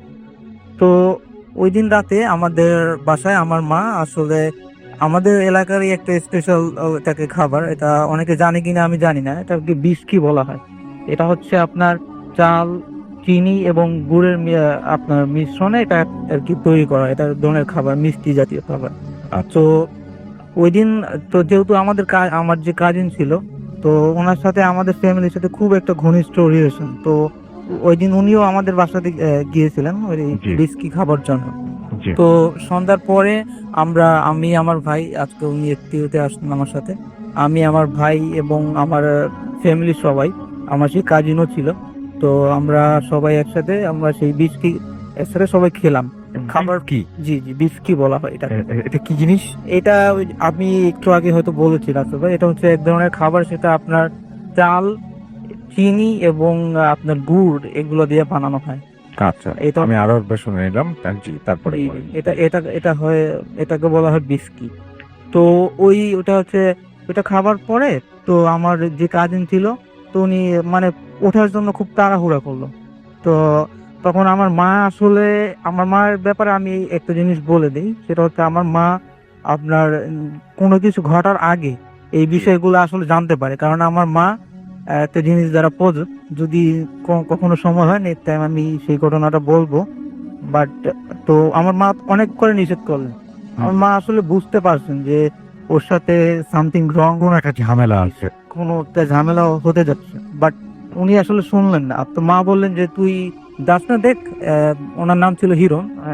তো তুই হিরণ, তুই যাস না, তুই রাইতুল এবং মিঠুন আমার বড় ভাই, ওদের সাথে ঘুমিয়ে পড়। উনি আসলে শুনলেন না, উনি মানে অনেকটা উপেক্ষা করেই উনি চলে গেলেন বাইরে। তো চলে যাওয়ার পরে এটা আসলে উনি চলে যাওয়ার হয়তো 10 থেকে 20 আধা ঘন্টা এরকমের পরে আমরা একটা শব্দ শুনতে পেলাম আমরা বাসা থেকে। আচ্ছা। শব্দটা হচ্ছে অনেকটা গোয়ানির মতো, মানে মানুষ কেউ যদি আহত হয় কিংবা চিৎকার করে ভয় পেলে এরকম একটা সাউন্ড আসলে আমরা শুনতে পাচ্ছি, মানে পুরো স্পষ্ট না।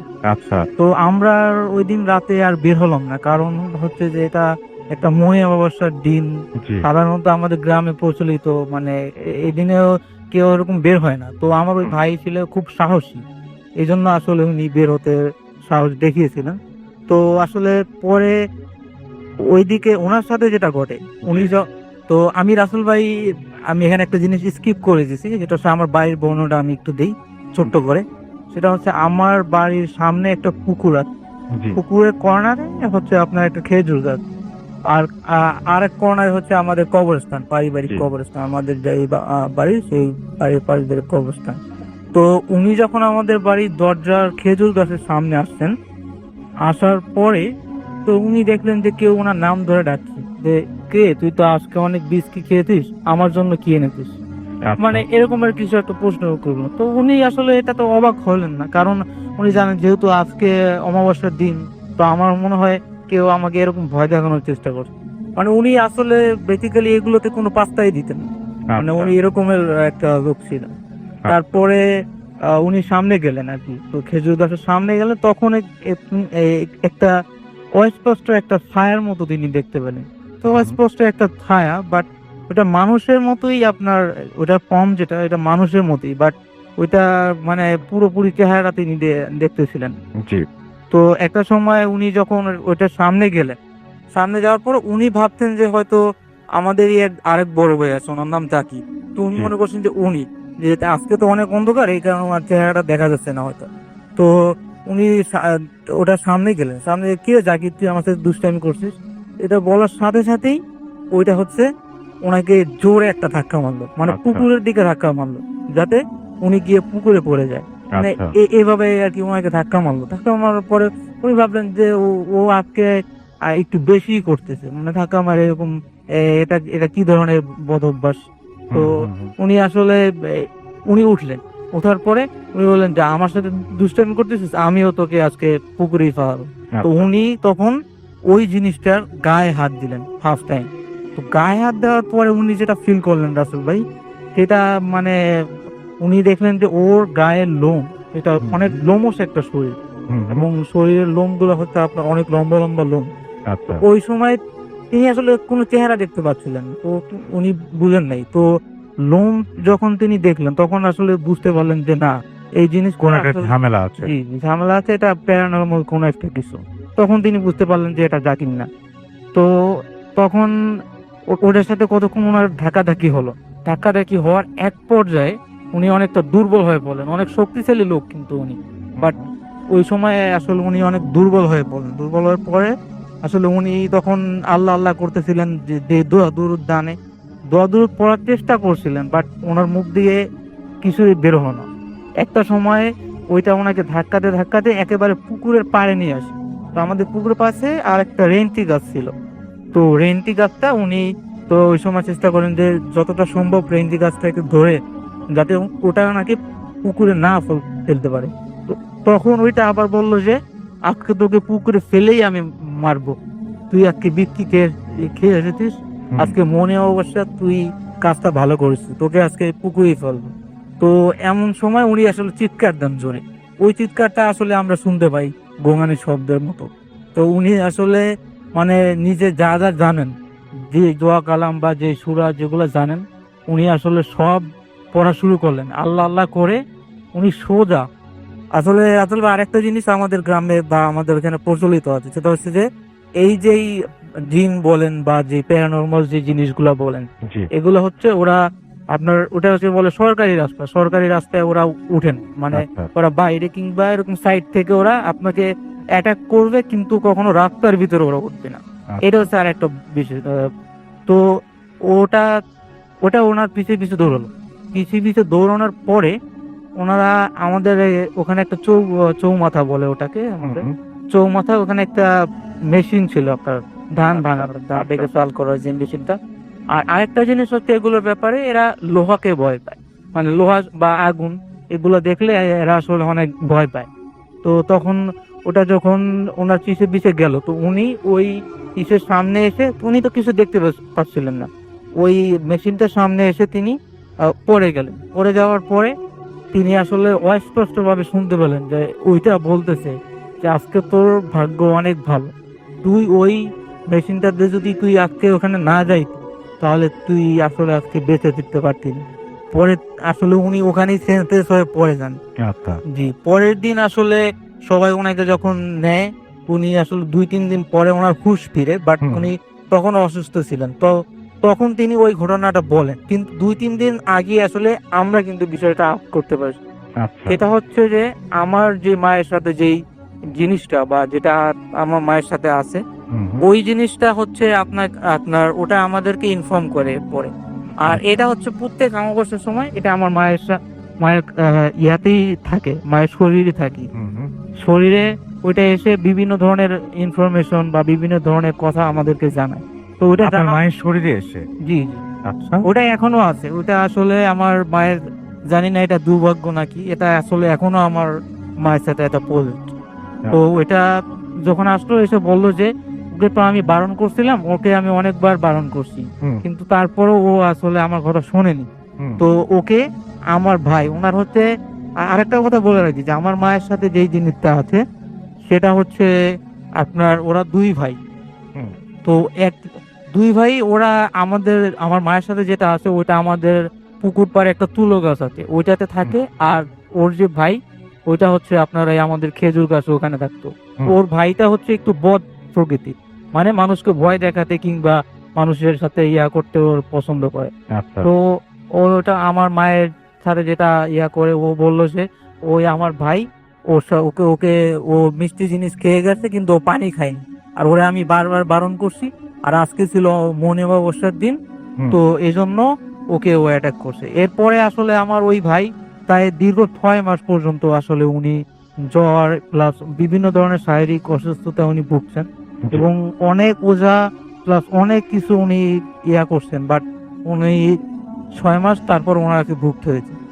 আর আরেকটা জিনিস বলে আমি আসলে শেষ করতে চাই রাসেল ভাই, সেটা হচ্ছে যে আমার মায়ের সাথে যেই জিনিসটা, এটা আসলে আমরা আমাদের ফ্যামিলির সবসময় আমাদের ফ্যামিলির দিকে ওরা শেপ করে।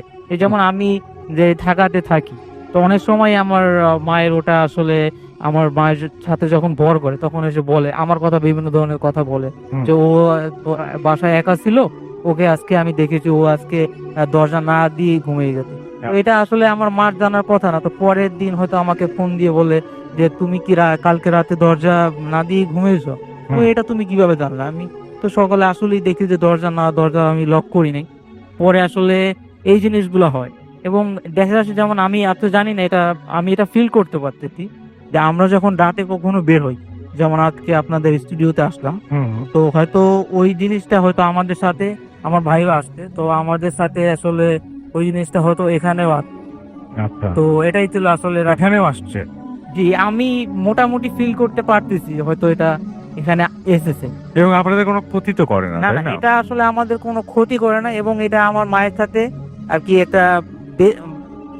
এটা আসলে আমার মায়ের সাথে এমন ভাবে পজিটিভ, এটা আমার মায়ের হয়তো মৃত্যু ছাড়া এটা আসলে মানে অ্যাটাচমেন্টটা এরকমই। এরকম, এবং এটার পিছনে আরো একটা ঘটনা আছে। তো যদি নেক্সট টাইম আসলে সময় পাই কিংবা আমাকে ইনভাইট করা হয়, তাহলে আমি নেক্সট টাইম ইনশাল্লাহ ওই ঘটনাটা শেয়ার করবো। আর আমি সবার কাছে চাচ্ছি আমার মায়ের জন্য সবাই দোয়া করবেন, কারণ আমার মা আসলে খুবই একটা দুর্বিষহ একটা জীবন আসলে উনি নির্বাহ করতেছেন। কারণ এই জিনিসগুলা থাকলে আসলে দেখা গেছে কেউ মারা গেছে, উনি সেখানে যেতে পারেন না, বা কোথাও নতুন বাচ্চা হয়েছে, সদ্যজাত বাচ্চা হয়েছে, ওখানে তিনি যেতে পারেন না, বা এরকমের অনেক কিছু, রাতে একা থাকতে পারেন না কোথাও।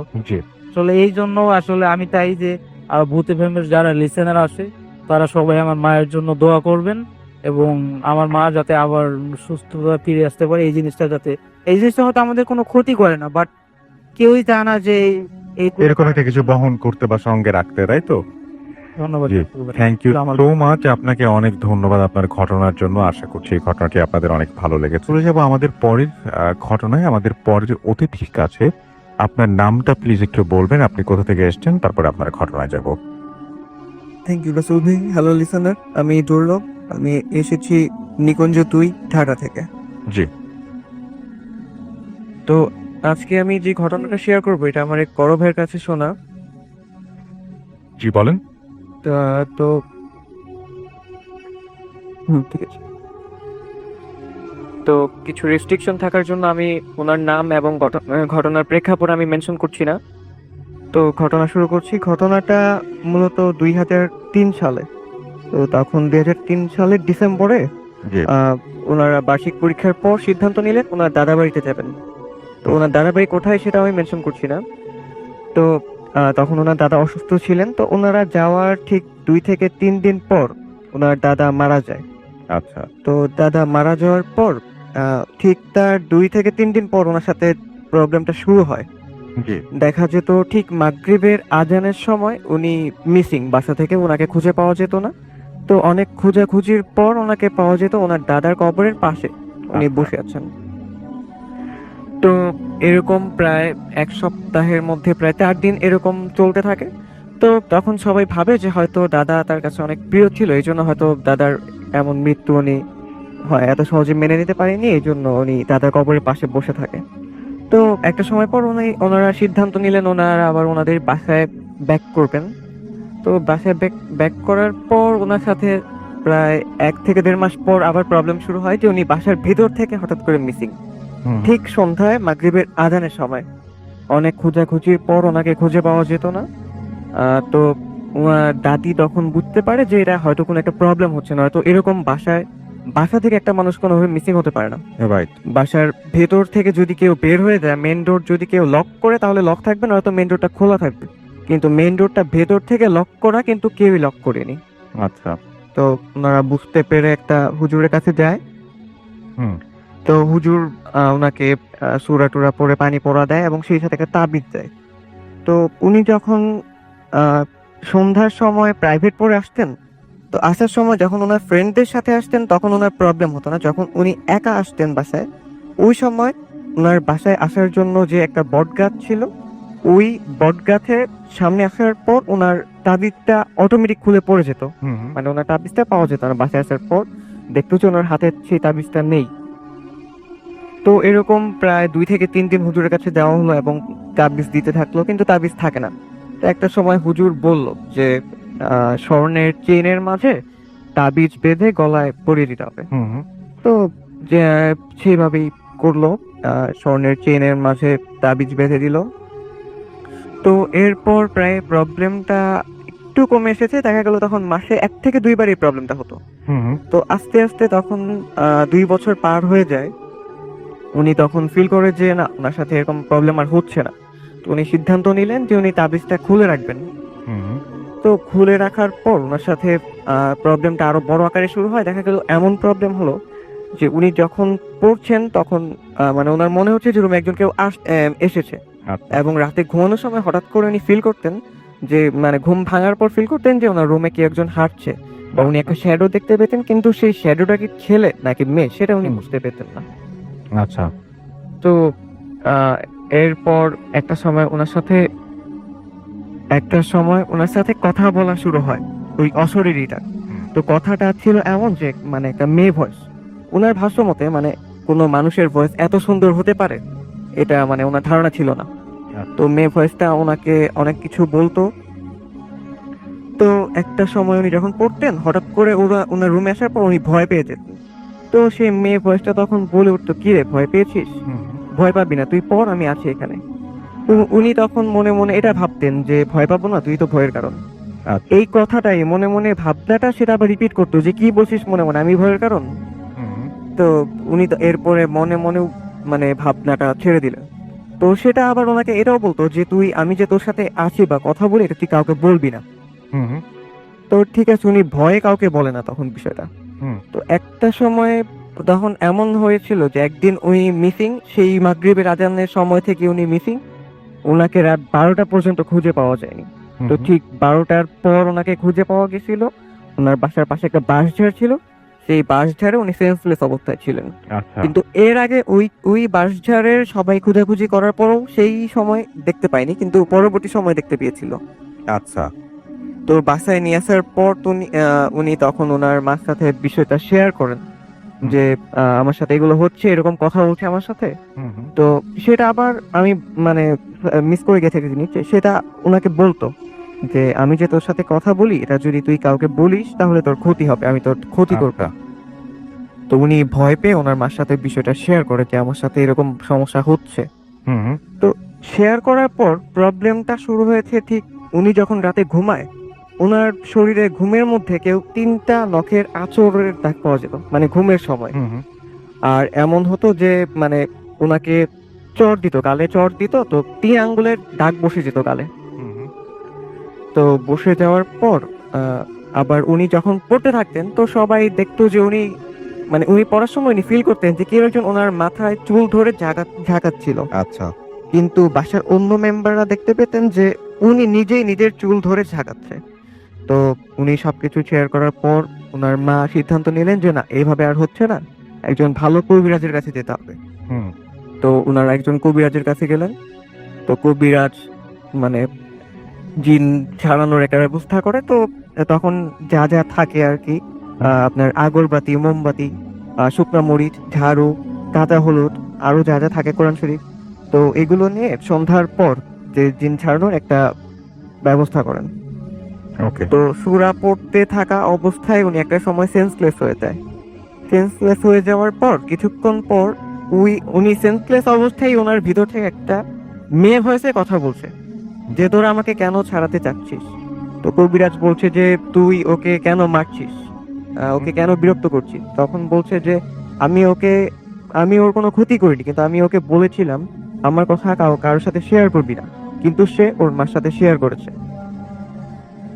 তো এরপর কবিরাজ ওকে জিজ্ঞেস করলো যে তুই মানে ওর উপর কেন ভর করেছিস। সে বললো যে ওর দাদা যখন মারা যায় ওই সময় কবরস্থানের বাইরে আমি ছিলাম, সে যাওয়ার সময় ওকে আমার ভালো লেগেছে, এই জন্য আমি ওর উপর ভর করেছি, আমি ওকে কখনো ছাড়বো না, আমি সারা জীবন ওর সাথে থাকবো। আর যদি কেউ আমাকে তুই যদি চাস আমাকে ওর কাছ থেকে সরাতে, আমি তোর ক্ষতি করব, আমি তোকে বাঁচতে দিব না। আচ্ছা তো তখন কবিরাজ বললো যে ঠিক আছে, আমার বাঁচতে হবে না, তুই ওকে ছাড়, তুই যে কোনো মূল্যে ওকে ছাড়, না তো আমি তোকে মেরে ফেলবো। আচ্ছা তো অনেক তর্ক বিতর্কের পর সে একটা সময় যাওয়ার জন্য রাজি হয়। তো তখন কবিরাজ বলল যে তুই যে চলে যাবি এটা কি প্রুফ রেখে যাবি। তো তখন সে বলল যে আমি চলে যাব ও আমি ওর পিঠে 3টা নখের আঁচড়ের দাগ থাকবে, তাহলে বুঝে যাবে আমি চলে গেছি, কিন্তু আমি চলে যাব, কিন্তু আমি তোকে ছাড়বো না। তো তখন কবিরাজ যা যা করার করলেন। তো একটা সময় দেখা গেল যে ওনার পিঠে আসলে 3টা নখের আঁচড়ের দাগ ছিল। তো তখন বোঝা গেল যে সেটা ওনাকে ছেড়ে চলে গিয়েছে, কিন্তু ওনার সেন্স আসার পর উনি যেটা দেখতে পায়, সেই কবিরাজের পা থেকে মাথা পর্যন্ত সমস্ত শরীরে আপনার ফোস্কা টাইপ, ফোস্কা শরীরে সারা শরীরেই ছোট বড় অনেকগুলো ফোস্কা পড়ে গেছে। তো উনি যেটা পরবর্তীতে ওনার মার কাছে শুনতে পায় যে উনি যখন সেন্সলেস অবস্থায় ছিলেন তখন কবিরাজ যখন সূরা পড়ছিল তখন ওনার শরীরে আস্তে আস্তে একটা একটা করে ফোস্কা পড়ছিল। তো তার ঠিক 1 সপ্তাহ পর সে কবিরাজটা মারা যায়। আচ্ছা তো এরপর মূলত ওনার সাথে কোনো প্রবলেম হয়নি, কিন্তু এখনো মাঝে মাঝে ওনার সাথে কিছু প্রবলেম হয়, যেমন ওনার মনে হয় যে ওনার রুমে কেউ রাতের বেলা হাঁটছে বা মানে কোনো একটা সাউন্ড পায় উনি। আর এখনো উনি কোনো জায়গায় কোনো প্রবলেম থাকলে উনি বুঝতে পারে যে এখানে প্রবলেম problem উনি আছে। ফিল করতে পারে। আচ্ছা তো রাসেল ভাই, এই ছিল আমার ঘটনা। থ্যাংক ইউ সো মাচ আপনার ঘটনার জন্য, আপনাকে অনেক ধন্যবাদ। আমি এখন চলে যাব, আমাদের আরো একজন অতিথি আছেন, তার নাম শুনে আসবো আমি, কোথা থেকে এসেছেন, তারপর আপনার ঘটনায় যাবো। আপনার নামটা প্লিজ কেউ বলবেন, কোথা থেকে এসেছেন, তারপর আপনার কথা শুনবো। বিসমিল্লাহির রহমানির রহিম। আমি মিঠুন, লালবাগ তহিদনগর থেকে। জি জি, আমি কি ঘটনা শুরু? জি আপনার ঘটনায় শুনবো। আজকে আমি যে ঘটনাটা শেয়ার করবো যে সেটা ইজ ইট রাইট নতুল ভাই? জি বলেন। তো ঘটনাটা আমার গ্রামের, আমার ছোট ভাই একটু আগে যে ঘটনাটা বলছিল আমাদের সেই বাড়ি কেন্দ্রিক একটি ঘটনা। তো আমি একদিন রাতে আমার ফ্যামিলি মেম্বারদের সাথে আমার একটু ঝগড়া হয়, বিশেষ করে ঝগড়া বলতে বাবা মার সাথে তর্কাতর্কি হয়, তারা আমাকে একটু রাগারাগ করার পরে আমি রাগ করে বাসা থেকে বের হয়ে যাই। জি। তো সেদিন চাঁদনি রাত ছিল, মানে বাইরে অনেক ফর্সা ছিল, যার কারণে আমি ভয় পাইনি। তখন রাতে 11:45 মতো হবে। তো আমি তখন বের হয়ে গেলাম। বের হওয়ার পর আমাদের এখানে দুটো মিল ছিল। তো আমি প্রথম মিলতে গিয়ে চুপচাপ বসেছিলাম। আমার এমনিতেই মন খারাপ, আব্বা মা একটু রাগারাগ করেছেন, যার ফলে আমি সেখানে বসেছিলাম। তো কিছুক্ষণ পর সেখানে কয়েকটা কুকুর ঘেউ ঘেউ শুরু করলো হঠাৎ করে। তো আমি বিচলিত হলাম না, আমি ভাবলাম যে বিষয়টা সিম্পল, কুকুর ঘেউ ঘেউ করতেই পারে স্বাভাবিক, কিন্তু মানে যখন এটা দেখলাম যে অত্যাধিক পরিমাণে ঘেউ ঘেউ করতেছে, তো আমি সিদ্ধান্ত নিলাম যে না, সামনের মিলতে গিয়ে আমি বসি।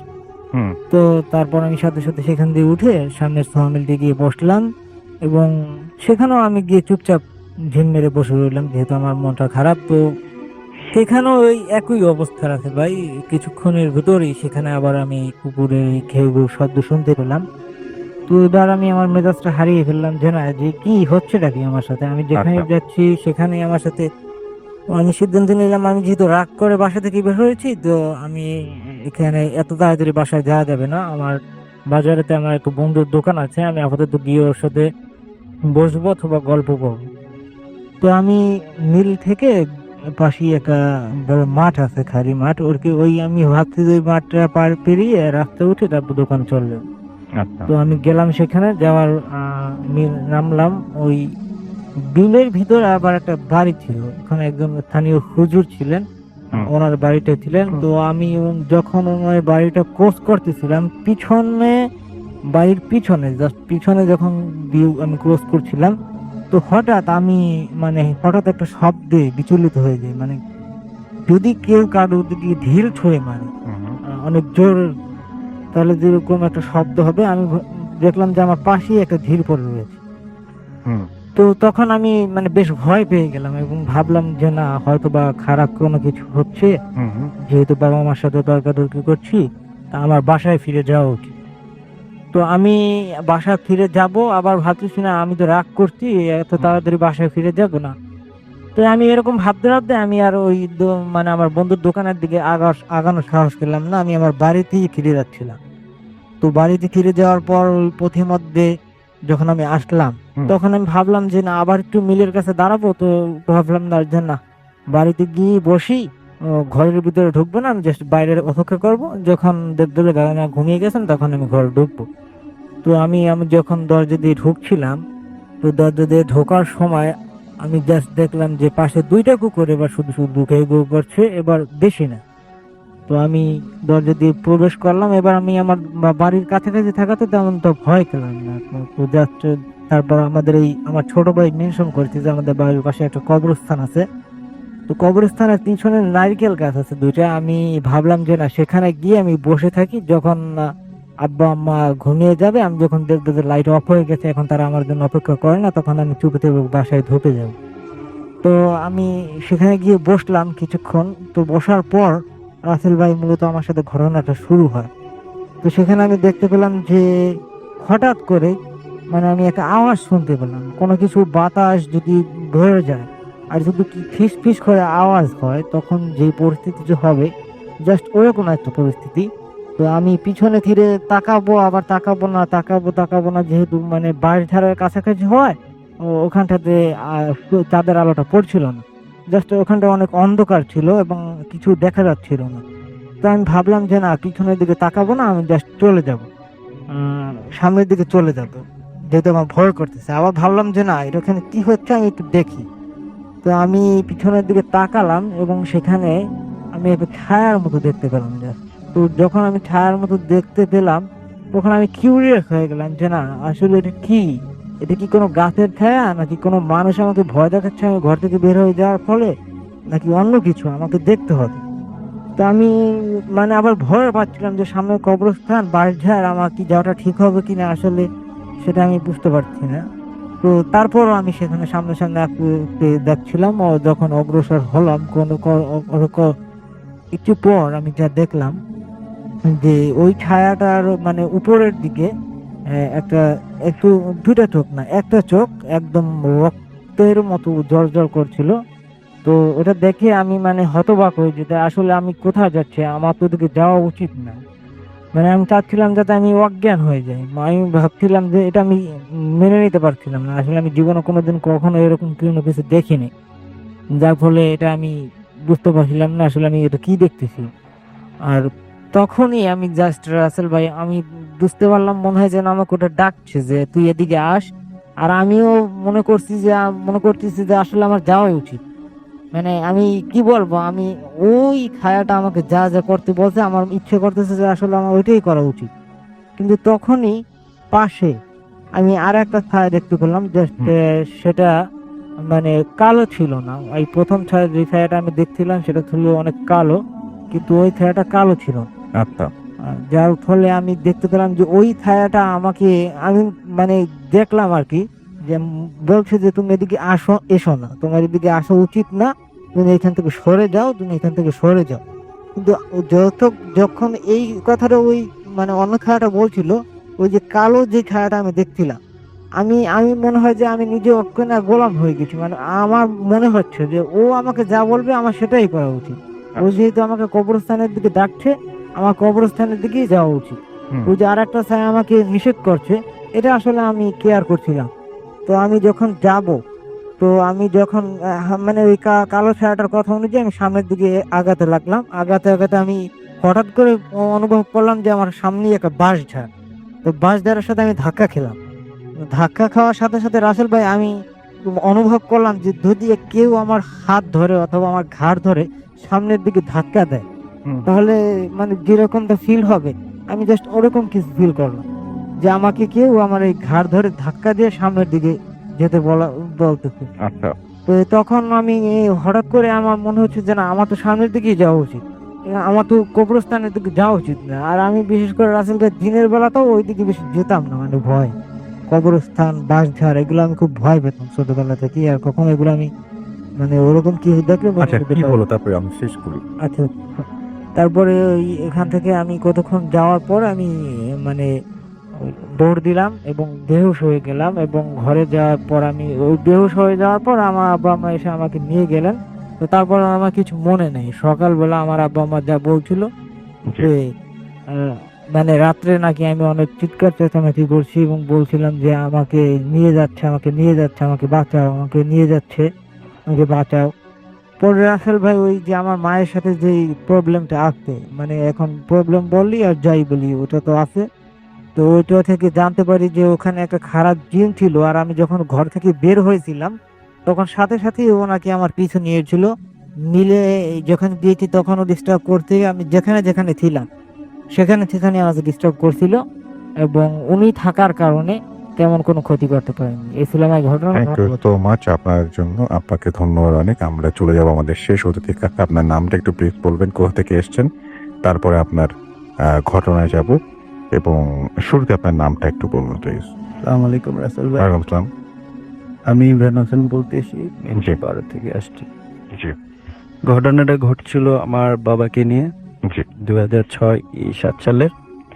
তখন আমি ক্লাস 8 বা 9-এ পড়ি। আমি সরাসরি ঘটনায় চলে যাচ্ছি। জি। তো আমার বাবা প্রায় সময় রাত করে বাজার থেকে বাড়িতে ফিরতেন। তো একদিন প্রতিমধ্যে বাবা দেখতে পেলেন যে রাস্তা থেকে পানি উঠতেছে। হুম। তিনি বললেন, চিন্তা করলেন যে আকাশে কোনো মেঘ নাই, কোনো বৃষ্টি হয় নাই, তো পানি আসলো কোথা থেকে। এটা ভাবতে ভাবতে উনি খেয়াল করলেন যে পানি বাড়তে শুরু করতেছে। হাঁটু সমান পানি, পানি থেকে হাঁটু থেকে তারপর কোমর সমান পানি, তারপর আস্তে আস্তে আস্তে আস্তে বুক বরাবর পানি হয়ে গেল। তো এই ঘটনার পর বাবা চিন্তা করতে লাগলেন যে আসলে পানি আসলো কোথা থেকে এবং এত পানি কোথা থেকে আসলো। তো তিনি খেয়াল করলেন যে পানিতে স্রোত হচ্ছে, হালকা হালকা স্রোত হচ্ছে, সাথে ছোট ছোট ঢেউ। উনি ব্যাপারটা বোঝার চেষ্টা করলেন যে আসলে কি ঘটতেছে কি ঘটতেছে। উনি বুঝতে বুঝতে দেখলেন যে আপনার সমুদ্রের মতো যেমন ঢেউ হয় বড় বড়, ওইরকম ঢেউ শুরু হয়ে গেছে। তো উনি তৎক্ষণাৎ কিছু বুঝতে না পেরে কি করলেন, আপনার এই- কি যেন সূরাটার নাম ভুলে গেছি। আচ্ছা, সেটা বলতে হবে না, আপনি আপনার ঘটনা আয়াতুল কুরসি সূরাটা উনি জোরে জোরে পাঠ করতে লাগলেন এবং সাথে সাথে দেখলেন যে পানি যা কিছু ছিল সবকিছু হাওয়া হয়ে গেছে।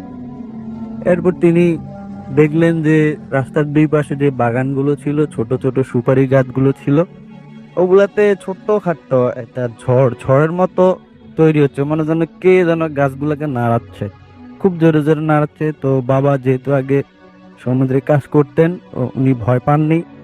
উনি চিৎকার করে বললেন, কে তুই? সাহস থাকলে সামনে এসে দেখা। কিন্তু ঝড়গুলো থেমে গেল। এরপরে এক গাছ থেকে আরেক গাছ, এক গাছ থেকে আরেক গাছ নড়তে লাগলো জোরে জোরে। তখন বাবা একটু হালকা ভয় পেলেন। উনি কি করলেন, আমাদের বাড়ির যে 3 রাস্তা ছিল ওই 3 রাস্তা পার হয়ে রাস্তার পশ্চিম পাশে চলে আসলেন এবং ঝড়টা ওনার পিছনে মানে বইতেছিল।